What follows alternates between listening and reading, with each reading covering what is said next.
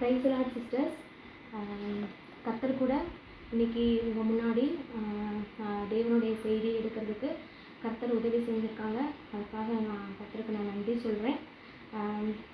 நான் ஒரு சிறு ஜெபம் பண்ணிவிட்டு நான் ஸ்டார்ட் பண்ணுறேன். எங்களை அளவுக்கு அதிகமாக நேசிக்கும் எங்கள் பிதாவே நன்றியோடு துதிக்கிறோம், சொஸ்தரிக்கிறோம். ஆண்டவரே கர்த்தாவே, இந்த வேலையில் உங்களுடைய வேதத்தை கர்த்தாவே நாங்கள் சொல்ல போகிறோம். எங்களுக்கு நீங்கள் உதவி செய்யுங்க கர்த்தாவே. என்னை மறைச்சு நீங்கள் வெளிப்படுங்க கர்த்தாவே. உங்களோட மகிமைக்கு மாத்திரம் கர்த்தாவே இந்த மெசேஜ் இருக்கிறதுக்கு நீங்கள் உதவி செய்யுங்க கர்த்தாவே. மீதான வேலையை உங்கள் கர்த்தரை தாழ்த்தி ஒப்படைக்கிறோம். மீட்பெரும் லட்சியமாக இயேசு கிறிஸ்து மூலம் கேட்குறோம் பிதாவே, ஆமென். ஓகே, இப்போ வந்து நம்ம இந்த மெசேஜுக்கு ஒரு தலைப்பு அப்படின்னா பில்டிங் யுவர் ஆல்டர், பலிபீடத்தை கட்டுங்கள் அப்படின்னு.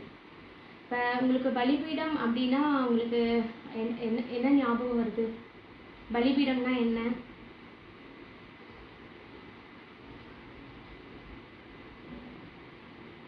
அக்கா கேட்குதாங்க்கா?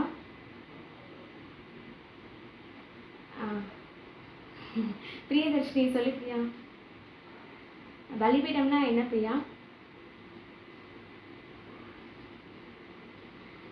கர்த்தருடைய பிரசன்னம் இருக்கிற இடத்த, அதாவது அந்த ஓல்ட் டெஸ்டமெண்ட்ல கர்த்தருடைய பிரசன்னம் இருக்கிற இடத்த ஒரு பலிபீடம் அப்படிங்கிற ஒரு மென்ஷன் பண்ணுவாங்க. சம்டைம்ஸ் ஆசரிப்பு கூட்டத்துலேயும் கர்த்தருடைய பிரசன்னம் இருந்திருக்கு. இப்போ இது மாதிரி இப்போ நம்ம இந்த பலிபீடம் பழைய ஏற்பாட்டில் சொல்லியிருக்கிறதுக்கும் இப்போ நம்ம பலிபீடத்தோட கான்செப்டில் நம்ம என்ன கற்றுக்கலாம் அப்படின்னு பார்க்குறோம். ஸோ ஃபஸ்ட்டு உங்களுக்கு நான் சொல்ல போகிறது ஆப்ரஹாம் பற்றி தான் இன்றைக்கி நம்ம பார்க்க போகிறோம். இப்போ ஆப்ரஹாம் நம்மளுடைய தேவன் ஆப்ரஹாமை என்ன பண்ணார் அப்படின்னா, நீங்கள் ஊர் அப்படிங்கிற ஒரு தேசத்துலேருந்து நீ நான் சொல்கிற கானான் தேசத்துக்கு நீ போ அப்படின்னு ஆப்ரஹாம் சொல்லியிருப்பார். இப்போ நீங்கள் அந்த ஃபோட்டோவில் பார்த்தீங்கன்னா, ஸோ அந்த காலத்தில் ஊர் தேசம் இருந்ததை நம்ம பார்க்குறோம். இப்போ அந்த ஈராக்கில் இருக்கிற அந்த ஒரு பிளேசஸையும் நம்ம பார்க்குறோம். இப்போ திடீர்னு ஒரு காலிங் வருது. ஆப்ரஹாம் நோவாவோட அடுத்த கொஞ்சம் ஆண்டுகள் கழித்து ஆப்ரஹாமுக்கு கர்த்தருடைய வார்த்தை வெளிப்பட்டுச்சு.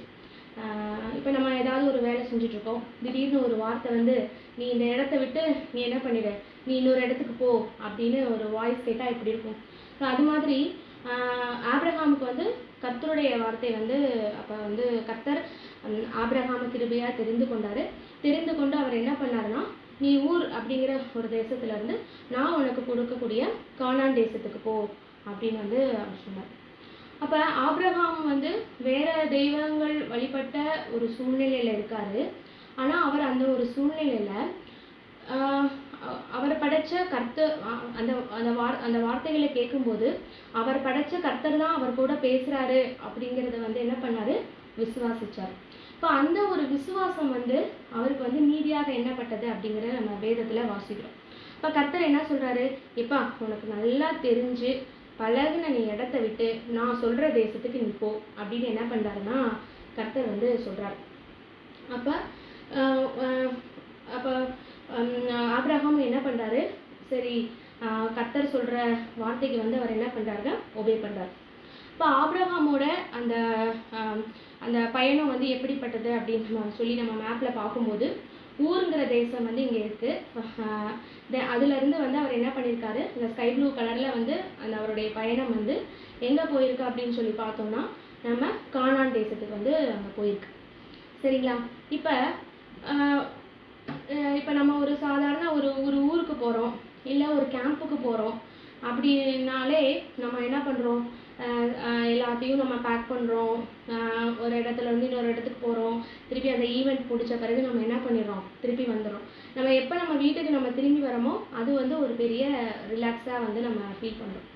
ஆனால் ஆப்ரஹாம் கர்த்தர் என்ன சொல்கிறாரு அப்படின்னா, நீ கிளம்பி போ அப்படின்னு சொல்லிட்டாரு. ஆப்ரஹாமும் என்ன பண்ணிட்டாருன்னா அதுக்கு கீழ்ப்படைஞ்சு எல்லாத்தையும் இது பண்ணார். இப்போ நம்மளுடைய நாட்களில் இருக்க மாதிரி அவருக்கு ஒரு ட்ராவல் ஒரு ரொம்ப ஈஸியாக இல்லை. ரொம்ப கஷ்டமாக வனாந்திரத்தின் வழியில் வந்து போவாங்க.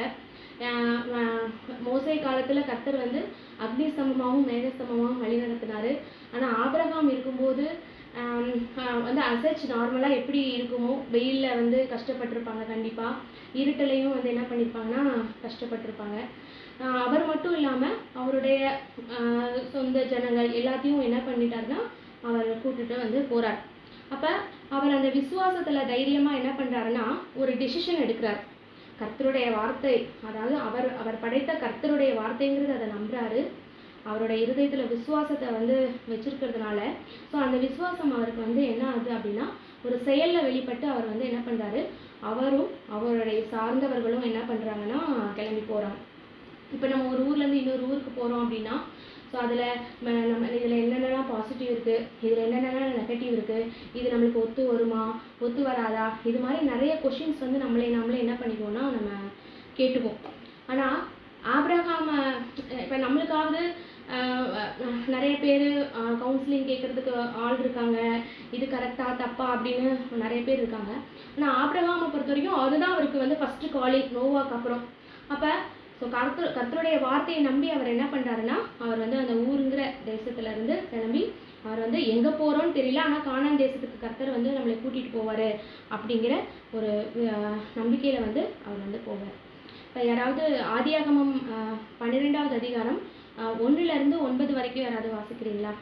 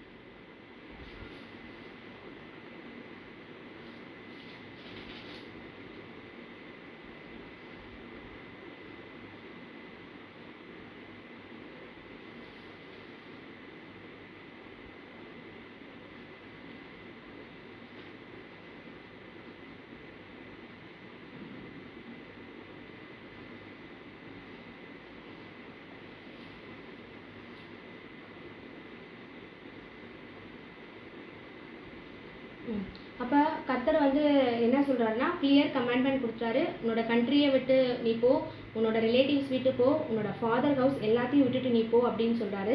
அதே மாதிரி அவர் என்ன பண்ணுறாரு, ஊர் தேசத்துலேருந்து வந்து பிரயாணமாக போகிறாரு. நம்ம வந்து வேதத்தில் வாசிக்கிறோம். சரிங்களா? இப்படி பிரயாணமாக போகும்போது அவர் கண்டிப்பாக சில இடையூறுகளின் வழியாக அவர் வந்து கண்டிப்பாக கடந்து போயிருப்பார். சரிங்களா? அதில் ஒரு 4 ட்ரபிள்ஸ் அதை வந்து அவர் எப்படி வந்து அதை மேற்கொண்டாரு அப்படிங்கிறத வந்து நம்ம இன்னைக்கு பார்ப்போம். அதாவது நம்மளுமே ஒரு சூழ்நிலையிலேருந்து இன்னொரு சூழ்நிலைக்கு வந்து நம்ம சடனாக வந்து சேஞ்ச் ஆகும்போது கண்டிப்பாக நம்மளும் இது மாதிரி ஒரு சூழ்நிலைகளை வந்து நம்ம சந்திப்போம். ஸோ அந்த ஒரு சூழ்நிலையிலையும் ஆபிரகாம் எப்படி மேற்கொண்டாரோ ஸோ அதுபோல் நம்மளும் வந்து என்ன பண்ணலாம்னா நம்ம மேற்கொள்ளலாம். ஓகே, ஃபஸ்ட்டு பிரச்சனை வந்து என்ன அப்படின்னா இந்த ஃபஸ்ட்டு இமேஜில் வந்து கொடுத்துருக்க மாதிரி ரூட்லெஸ்னஸ், அதாவது வேர் இல்லாமை அப்படின்னு நம்ம பார்க்குறோம். அப்படின்னா இப்போ ஒரு செடி ஒரு இடத்துல நல்லா வளருது, அந்த செடியை அப்படியே பறித்து இன்னொரு இடத்துல நடும்போது அதுக்கு வந்து அதோட கண்டினியூட்டி போயிடும். ஏற்கனவே அந்த மண்ணில் வந்து அந்த செடி வந்து என்ன பண்ணியிருக்குன்னா வேர் விட்டுருக்கும்.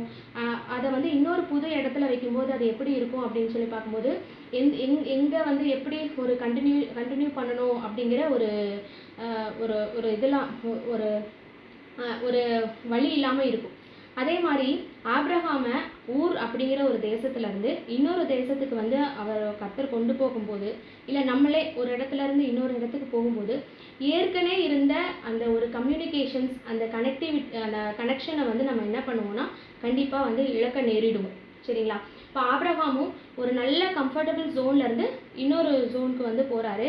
ஸோ அப்போ வந்து அவர் வந்து கண்டிப்பாக ஏற்கனவே இருந்த தொடர்புகளை வந்து கண்டிப்பாக அவர் வந்து இழந்திருப்பார். இப்போ ரூட்லெஸ்னஸ், ஒரு வேறு இல்லாமல் ஒரு புதுசாக ஒரு இடத்துல வந்து பழகக்கூடிய அந்த ஒரு தன்மையை வந்து ஃபஸ்ட்டு நம்மளுக்கு வரும். அதுக்கப்புறம் என்னென்னா லோன்லினஸ். இப்போ நம்ம ஏற்கனவே இருந்த இடத்துல நம்ம நிறைய ஃப்ரெண்ட்ஷிப், நம்மளுக்கு நிறைய ஃப்ரெண்ட்ஸ் வந்து இருப்பாங்க. அப்போ புது இடத்துக்கு போகும்போது அன்ஃபெமிலியர் ஃபேஸஸ்லாம் வந்து இருக்கும். அப்போ அவங்கள நம்ம எப்படி நம்ம ஃபேஸ் பண்ண போகிறோம், இல்லை அவங்க எப்படி இருப்பாங்க, ஸோ இதை குறித்த சிந்தனைகள் வந்து நம்மளுக்கு வந்து என்ன பண்ணுன்னா தனிமையை வந்து நம்ம கொடுக்கக்கூடியதாக இருக்கும். இப்போ மூணாவது விஷயம் வந்து அவருக்கு என்ன ஏற்பட்டிருக்கலாம் அப்படின்னா இன்செக்யூரிட்டி.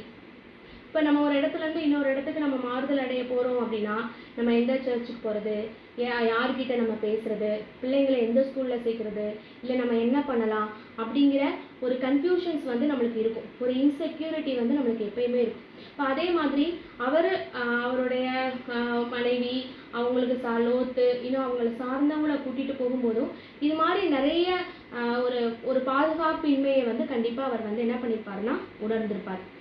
அதே மாதிரி அன்சர்டெனிட்டி, கொஷின், நம்மளுக்கு வந்து அன்எக்ஸ்பெக்டட். அதாவது நம்ம இந்த டிசிஷன் எடுக்கிறோம், சில நேரம் நம்மளுக்கு நல்லதாக இருக்கும், சில நேரத்தில் நம்மளுக்கு என்ன அது ஒரு ஹெல்த் இஷ்யூஸோ, இல்லை நம்ம எதிர்பாராத வித சூழ்நிலைகளும் நம்மளுக்கு வந்து என்ன பண்ணலாம் வர்றதுக்கும் சான்சஸ் இருக்குது.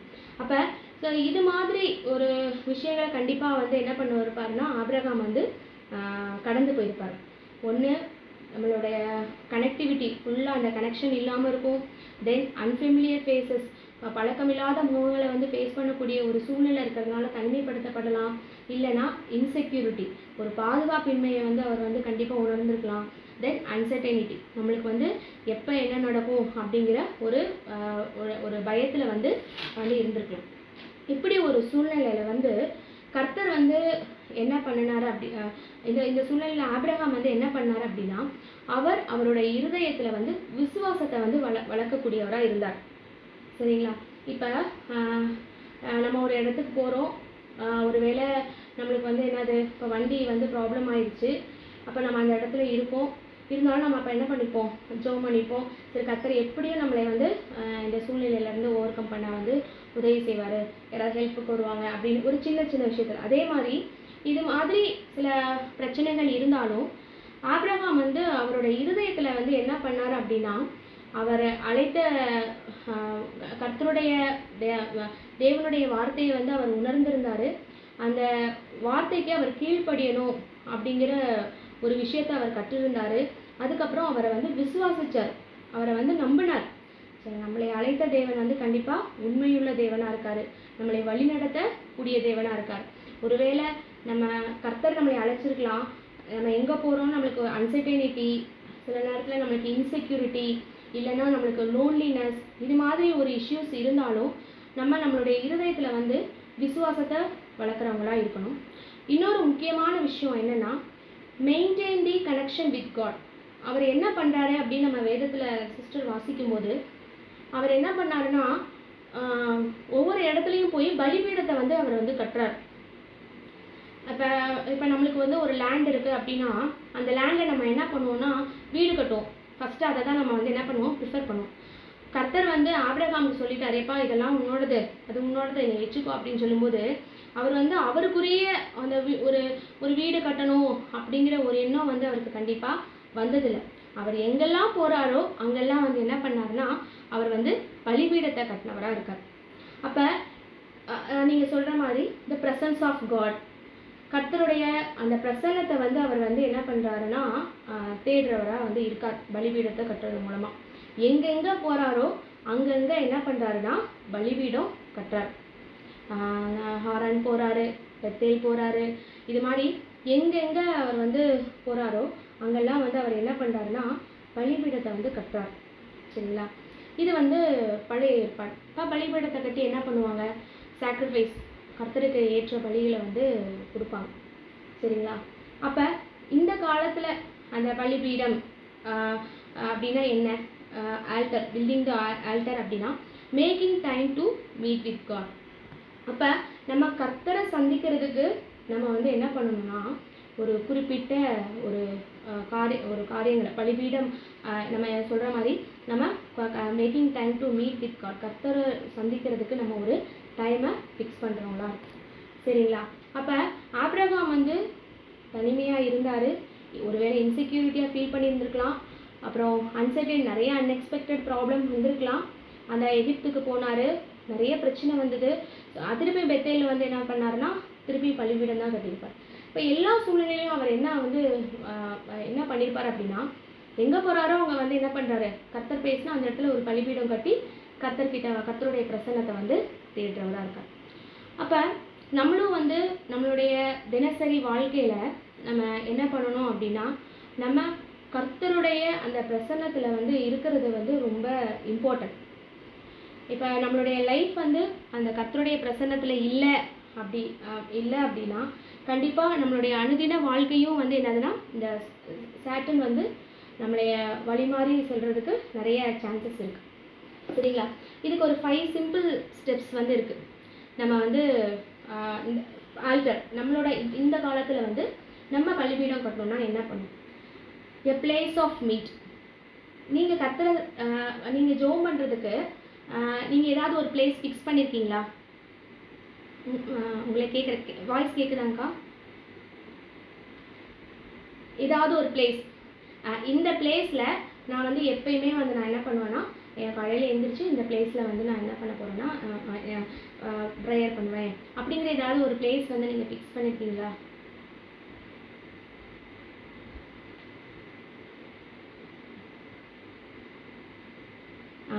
அப்போ ப்ரைஸ் எல்லாம் அப்படி பண்ணுனா இப்போ ஃபைண்ட் அ பிளேஸ். ஃபஸ்ட்டு வந்து நம்ம ஒரு பிளேஸை வந்து நம்ம என்ன பண்ணணும்னா ஃபிக்ஸ் பண்ணணும். இப்போ ஒருவேளை ஏன் பிளேஸ் நம்ம ஏன் ஃபிக்ஸ் பண்ணணும்? நம்ம எங்கேனாலும் நம்ம ஜெபம் பண்ணிக்கலாம், கர்த்தர் வந்து நம்ம ஜெபத்தை வந்து கேட்பாரு அப்படின்னு நம்மளுக்கு ஒரு தாட் வரலாம். இப்போ நம்ம ப்ராப்பராக நம்ம அந்த பிளேஸை ஃபிக்ஸ் பண்ணலை அப்படின்னா நம்ம ப்ராப்பராக கர்த்தர் கூட ஒரு ஒரு கண்டினியூஷன், ஒரு கனெக்ஷனில் இல்லை, கர்த்தருடைய பிரசன்னத்தில் வந்து இல்லாமல் இருக்கிறதுக்கு சான்சஸ் வந்து இருக்குது. அப்போ நம்மளுக்கு இந்த வீட்டில் எவ்வளோ இடம் இருந்தாலும் பிரச்சனை இல்லை.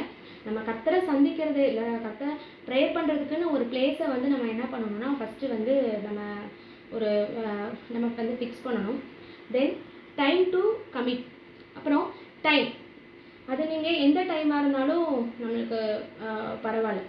இப்போ நீங்கள் போய் பார்த்தீங்க, ஏசு கிறிஸ்துவை நம்ம பார்த்தோன்னா ஏசு கிறிஸ்து என்ன பண்ணுவார் அப்படின்னா தன்னோட சீஷர்களை விட்டு போயிட்டு என்ன பண்ணுவார்னா போயிட்டு ஜெபம் பண்ணுவார். தனிமையாக ஒரு இடத்துல ஒரு டைமில் வந்து என்ன பண்ணுவார்னா அவர் வந்து ப்ரேயர் பண்ணுவார். அப்போ ஒரு டைம் டு கமிட். நீங்கள் எந்த நேரத்தில் வந்து நீங்கள் வந்து கர்த்தரோட வந்து நீங்கள் பேச போகிறீங்க, டிட்டர்மைன்ட் டைம். ஓகே, ஸோ அதே டைமில் நீங்கள் ரெகுலராக வந்து என்ன பண்ண போகிறோம், கர்த்தருடைய வந்து நம்ம டைம் ஸ்பெண்ட் பண்ண போகிறோமா அப்படிங்கிற ஒரு விஷயத்த நம்ம திங்க் பண்ணி பார்க்கணும். ஒருவேளை நம்ம டைம் ஃபிக்ஸ் பண்ணனா என்ன ஆக போகுது அப்படின்னா ஒன்றும் இல்லை, அதாவது எப்படி தொடர்ச்சியற்ற ஒரு விஷயமா போயிடும். நம்மளுடைய ப்ரேயர் பண்ணுறதும் பைபிள் ரீட் பண்ணுறதும் எப்படிப்பட்டதாக இருக்கும் அப்படின்னா நம்ம வந்து ஒரு கண்டினியூஷன் இல்லாமல் நம்மளுக்கு போயிடும். ஃபஸ்ட்டு நம்ம பிளேஸை ஃபிக்ஸ் பண்ணணும். தென் நம்மளோட டைமை வந்து நம்ம என்ன பண்ணணும்னா ஃபிக்ஸ் பண்ணணும். அதுக்கப்புறம் எ பேஜ் டு ரீட். நம்ம என்ன படிக்கிறோம். இப்போ நம்ம சில நேரத்தில் வந்து நம்ம காலையில் எழுந்திரிப்போம், அவசரமாக என்ன பண்ணுவோம்னா பைபிள் ரீட் பண்ணிட்டு போவோம். அது வந்து நம்மளுக்கும் பிரயோஜனம் இல்லை, நம்மளுடைய ஆவிக்குரிய வாழ்க்கைக்கும் ஒன்றும் பிரயோஜனம் கிடையாது. அப்போ என்ன படிக்கிறோம், அப்போ எதுக்காக நம்ம இதை படிக்கிறோம் அப்படிங்கிற ஒரு விஷயத்தை வந்து நம்ம திங்க் பண்ணணும். ஸோ அது கர்த்தருடைய வார்த்தை நம்மளுடைய வாழ்க்கையில் என்ன சித்தம் இருக்கிறது அறிஞ்சுக்கிறதுக்காக நம்ம படிக்கிறோம். இன்னும் கர்த்தரை வந்து அதிகமாக தேடுறதுக்காக படிக்கிறோம் அப்படிங்கிற ஒரு எண்ணத்தோடு வந்து நம்ம என்ன பண்ணணும்னா படிக்கணும். அப்போ இந்த பேஜ் டு ரீட் நீங்கள் இதை பைபிள் ஃபஸ்ட்டு ப்ரிஃபரன்ஸ் கொடுத்துட்டு அதுக்கப்புறம் எந்தெந்த விஷயம் வந்து ஆவிக்குரிய புத்தகம் வந்து நம்மளுக்கு ஒரு வேலை என்கரேஜிங்காக இருக்கும், இல்லை பயோகிராஃபி என்கரேஜிங்காக இருக்கும், அந்த ஒரு புக்ஸையும் கூட நம்ம அந்த அந்த பேஜஸை கூட நம்ம என்ன பண்ணலாம், அந்த நேரத்தில் நம்ம படிக்கலாம். அதுக்கப்புறம் லாஸ்ட் என்னென்னா ட்ரூத் டு ஷேர். இப்போ நம்ம படித்த விஷயத்த நம்ம மற்றவங்கக்கிட்ட வந்து நம்ம என்ன பண்ணணும்னா நம்ம ஷேர் பண்ணணும். இப்போ as you spend time with God, இப்போ நம்ம வந்து அல்மைட்டி காடோட நம்ம டைம் ஸ்பெண்ட் பண்ணுறோம். அப்போ மற்றவர்களுக்கு நம்ம நடமாடும் நிரூபமாக இருப்போம். ஸோ அப்போ நம்ம மற்றவங்களுக்கு முன்னாடி நம்ம ஒரு கிறிஸ்டியனாக வந்து இருக்கும்போது அப்போ நம்மளால் முடிஞ்ச அளவுக்கு நம்ம ஃபோன் மூலமாகவோ இல்லை நம்ம ஃப்ரெண்ட்ஸ் இருக்காங்க, நான் இது மாதிரி இன்னைக்கு படித்தேன், கர்த்தர் எனக்கு இதை வார்த்தை மூலமாக என்கரேஜ் பண்ணுறாரு, இப்போ இதை வந்து நம்ம ஷேர் பண்ணுறது மூலமாக அது நம்மளுக்கும் ஒரு பெனிஃபிட்டாக இருக்கும், மற்றவங்களுக்கும் வந்து என்னென்னா பெனிஃபிட்டாக கண்டிப்பாக இருக்கும். அதனால் நம்ம வந்து என்ன பண்ணணும், இப்போ வந்து நம்ம தினமும் நம்மளுக்கு நிறைய ஒர்க்கு இல்லை நம்மளோட வீட்டின் காரியங்கள் இது எல்லாமே இருந்தாலும் நம்ம கர்த்தருக்குரிய அந்த ஒரு ஆல்டர், நம்ம கர்த்தருக்கு கொடுக்கக்கூடிய டைமையும் நம்ம கர்த்தருக்கு கொடுக்கக்கூடிய அந்த இடத்தையும் நம்ம என்ன பண்ணணும்னா கர்த்தருக்கு வந்து நம்ம தரணும். இப்போ இது வந்து லோத்து கூட இருக்காங்க இந்த சூழ்நிலையில். ஆனால் ஆபிரகாம் என்ன பண்ணுறாரு, கண்டினியூஷனாக இந்த மாதிரி பலிபீடம் கட்டுறாரு, கர்த்தருடைய ப்ரெசன்ஸில் வந்து அவர் என்ன பண்ணுறாரு, என்கொயர் பண்ணுறாரு.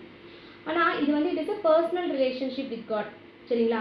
இப்போ என்னுடைய பலிபீடத்தை வந்து வேறு யாராலையும் வந்து கட்ட முடியாது, அதை நான் தான் வந்து கட்டணும். எப்படி, நான் கர்த்தருடைய சமூகத்தை வந்து நான் வந்து என்ன பண்ணணும், தேடணும். இப்போ நான் ஒரு டைம் ஃபிக்ஸ் பண்ணணும், நான் என்ன படிக்க போகிறேங்கிறத தெரிஞ்சுருக்கணும், நான் படித்ததை வந்து நான் என்ன பண்ணணும், மற்றவங்களுக்கு வந்து நாம் வந்து ஷேர் பண்ணணும், சரிங்களா?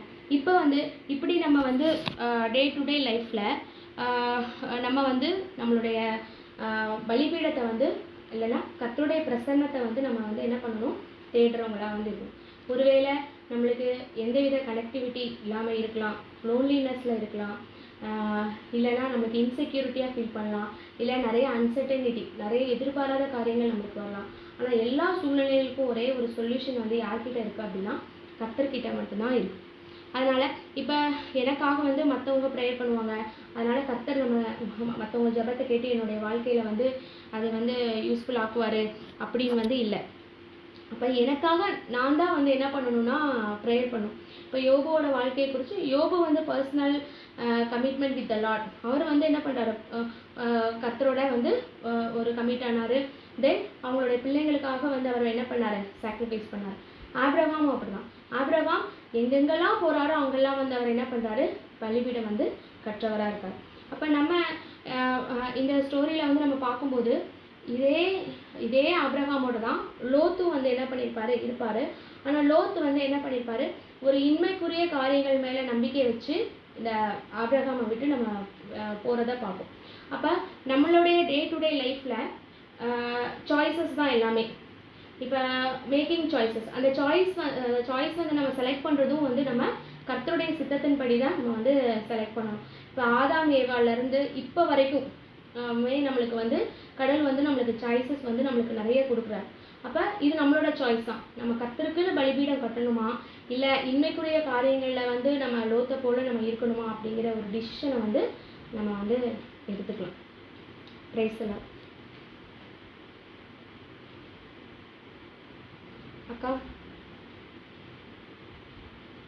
அக்கா முடிஞ்சுக்கா.